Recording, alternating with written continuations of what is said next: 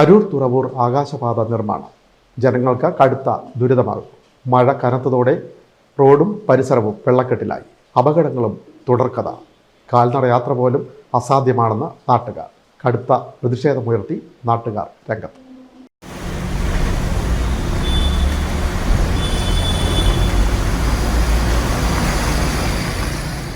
അരൂർ മുതൽ തുറവൂർ വരെയുള്ള ഗതാഗതം കാൽനടയാത്രയ്ക്ക് പോലും ദുരിതയാത്രയാവുകയാണ്. റോഡെന്നോ കുണ്ടെന്നോ കുഴിയെന്നോ അറിയാതെ അപകടം പിടിച്ച ഓഫ് റോഡ് ഡ്രൈവിംഗ് നടത്തുകയാണ് വാഹനങ്ങളും കൂടെ നാട്ടുകാരും. കഴിഞ്ഞ വർഷത്തെ അനുഭവത്തിൽ ഇത്തവണ സ്ഥിതി കൂടുതൽ സങ്കീർണമാവുമെന്ന് നാട്ടുകാർ ആശങ്കപ്പെട്ടിരിക്കുന്നതാണ്. മഴ മാറുന്ന സമയം സമാന്തര സർവീസ് റോഡുകൾ പുനർനിർമ്മിച്ച് സഞ്ചാരയോഗ്യമാക്കുമെന്ന് കളക്ടർ അടക്കമുള്ളവർ നാട്ടുകാർക്ക് ഉറപ്പുകൊടുത്തതുമാണ്. എന്നാൽ ഇതൊന്നും നടപ്പിലാക്കാതെ യാതൊരു തത്വദീക്ഷയും ഇല്ലാത്ത തരത്തിൽ നിർമ്മാണത്തിൽ മാത്രം ശ്രദ്ധ കാണിക്കുന്ന നിർമ്മാണ കമ്പനിയുടെ നിരുത്തരവാദപരമായ സമീപനമാണ് സ്ഥിതി ഇത്രയും വഷളാക്കിയതെന്ന് നാട്ടുകാർ ആരോപിക്കുന്നു. എവിടെയാണ് കുഴിയെന്ന് പോലും ഇപ്പോൾ കാണാൻ പറ്റാത്ത രീതിയിൽ വെള്ളം കെട്ട് നിറഞ്ഞിരിക്കുകയാണ്. ആ വെള്ളക്കെട്ടിലൂടെ ഇപ്പോൾ കുട്ടികളൊക്കെ വീഴുന്നു, ആളുകളെ യാത്രക്കാർ മിക്കവരും വീണ് പോവുകയാണ്. ഇപ്പോൾ സൈക്കിളിലൊക്കെ വന്നാലും ബൈക്കിന് വന്നാലും എല്ലാവരും ഈ കുഴിയിലൂടെ വീണ് അവരുടെ നല്ല വേഷങ്ങളൊക്കെ മോശമായ രീതിയിൽ ആണ് ഇപ്പോൾ അവരത് യാത്ര ചെയ്യുന്നത്. യാത്ര ചെയ്യാൻ തന്നെ വളരെ മോശമായി പോയിട്ടുള്ള റോഡ്.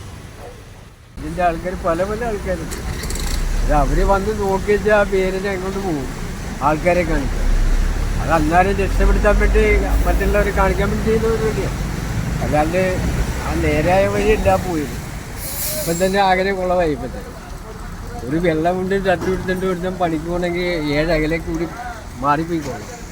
ഉയരപ്പാത നിർമ്മാണം നടക്കുന്ന സ്ഥലത്തെ ഹൈവേയിൽ കയറാതെ വലിയ വാഹനങ്ങൾ വഴിതിരിച്ചു വിടണമെന്നും ചട്ടം വേണ്ടത്ര പരിപാലിക്കപ്പെടുന്നില്ല എന്നും ഇതുമൂലം പ്രവൃത്തി ദിവസങ്ങളിൽ വലിയ തോതിലുള്ള ഗതാഗത കുരുക്കും അനുഭവപ്പെടുന്നു.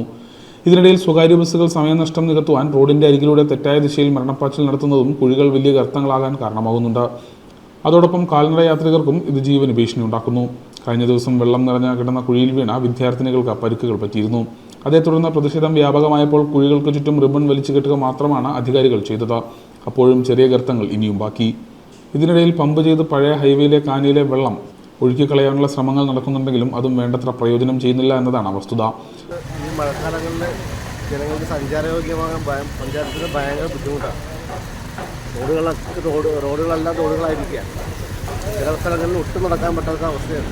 എത്രയും പെട്ടെന്ന് ഈ റോഡിൻ്റെ പണി പൂർത്തീകരിച്ചില്ലെങ്കിൽ നാട്ടുകാർ പ്രശ്നമുണ്ടാകും.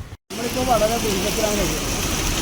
ഒരു കുടുംബം പോറ്റാൻ വേണ്ടി ഇറങ്ങിയ ഒരു ചിക്കൻ അടിക്കാനുള്ള കാശുപോലെ കിട്ടിയത്. നമ്മളിവിടെ നിന്നൊരു ഓട്ടം പള്ളിവാരിക്ക് പോകണമെങ്കിൽ ഇങ്ങനെ കറങ്ങി അവിടെ ചെല്ലുമ്പോൾ ഏറ്റവും കുറഞ്ഞത് ബ്ലോക്കൊക്കെ കഴിഞ്ഞ് വരുമ്പോൾ 1 മണിക്കൂറോളം പിടിക്കുന്നു.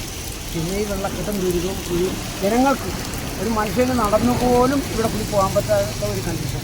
എത്ര കഴിഞ്ഞ ദിവസം ഒരു സ്കൂൾ കുട്ടി വീഴുകയുണ്ടായിട്ട് ഓട്ടോറിക്ഷക്കാരും മറ്റ് അതിൻ്റെ അമ്മയും കൂടി പിടിച്ച് കയറ്റിയാണ്. ആ കുട്ടിയുടെ വേഷം കണ്ടാൽ നമ്മൾ ഇതായിട്ട് സ്കൂളിൽ പോകേണ്ട കുട്ടിയാണ്. എങ്ങനെ പോകും?